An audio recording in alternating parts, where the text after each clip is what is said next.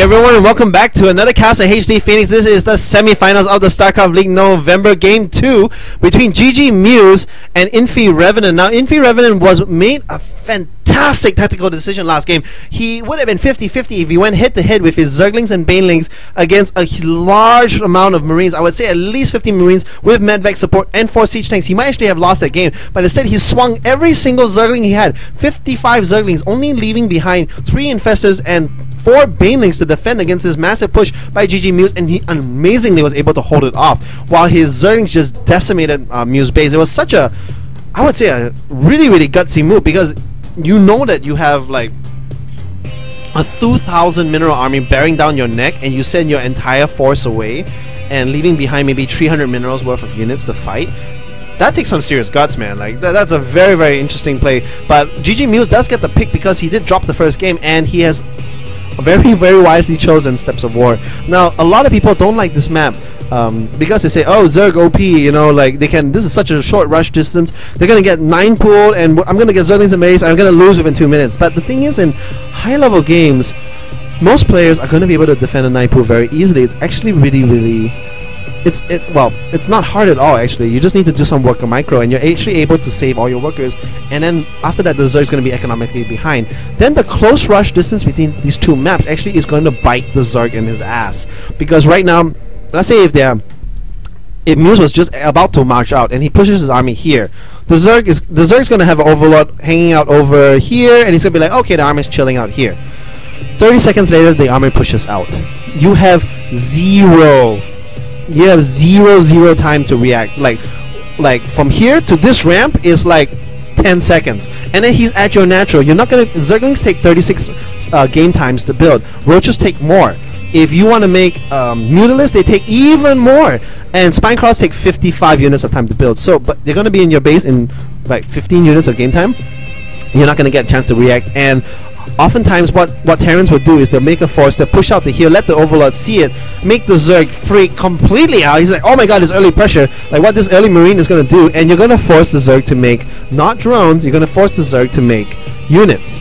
And then you're going to be like, okay, I'll push out to, from here, I'll push out to your ramp, I'll take a peek, I'll scare you, and I'll walk back.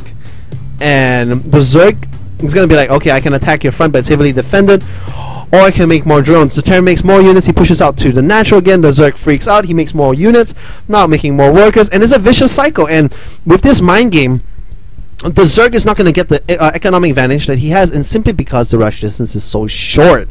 So the thing is, it's going to come up to Revenant's decision making, and what is he going to do in the face of early pressure? Is he going to make drones, which he should in any other normal map, or should he make units? But if he makes units and they're not being used to counter it, basically to stop a push, if GGmuse pulls back, then he's essentially wasted the lava needed to make those units.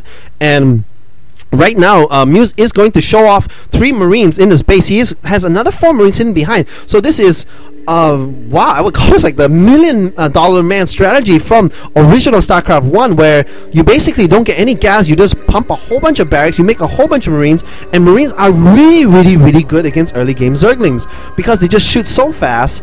Even without Stimpack they shoot fast, they're like under 1 second, and they're able to toast Zerglings really quickly. Revenant does have his wings for his Zerglings. He's going to pull back, and what in the world? Muse is going all in. He knows that this is his chance to shine. If he can pull this off, this is going to be really startling. He has only left a single Mule and one SCV that was made. This Marine needs to join his buddies, but this is all in by Muse, and right now Revenant is going to match him by going all in as well. He's put all his drones to the natural, and this is going to become a huge battle between workers and Zerglings versus workers and Marines, and it's going to come down to the micro of each individual player.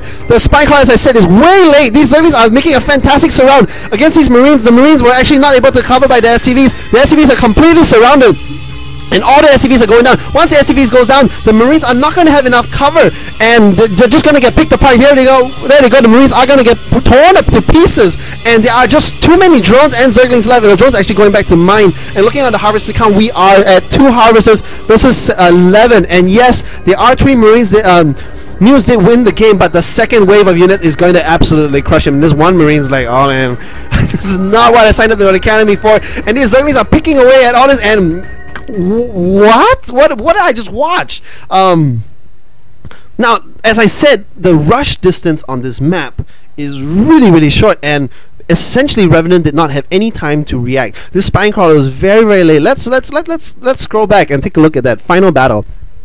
And where is that? Excuse me as I cycle a little forward. I want to see who had the advantage. So, okay, pause. Well, no, let's go a little bit further.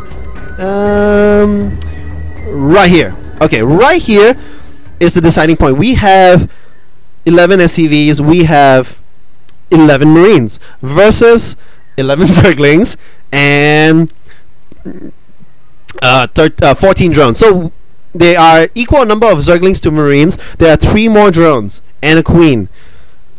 Frankly, Muse should have won this by a landslide. But looking again at the battle, like right here when all his SCVs got surrounded and his Marines were left without cover, these Marines needed to shoot, and I believe these Marines actually went for the queen instead of the drones.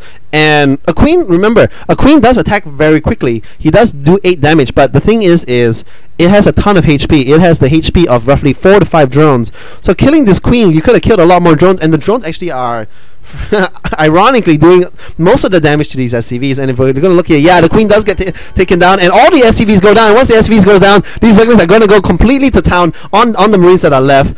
And look at these drones actually chasing these Marines down. They're actually going to swing by, and that's the game. I can't believe Revenant's micro. That was actually really ballsy. I have to give pure credit to Muse. That was actually honestly a viable strat on this map, because he saw that the Zerg went early expansion. He's like, okay, he's going to have less drones, he's going to have less workers because he spent those extra minerals on that hatchery, and that was a good timing attack. It just, I guess, against Revenant's micro, it just barely didn't work. If he was able to kill maybe 6 more workers, it would have made a final difference. He would have been left with 3 Marines, Revenant would have no drones, and the game would have shifted. But props to Muse for choosing that map, and what a great game. That game was like 6 minutes. Holy cow. But thank you guys for subscribing. I really enjoy the support. Thank you for all the kind comments you have left me. I know I haven't been leaving a lot of games because I've been traveling overseas. I will get a lot of games up over the next few days. I did get a brand new mic. Hopefully you like the audio quality better, and I'll see you on StarCraft2C.com. That's SC2C.com. That's where I hang out. It's a really good site for C players. Highly recommend you guys check it out. And I'll see you guys next time. Or I keep using Husky line. This is embarrassing. And this is HD Phoenix signing out.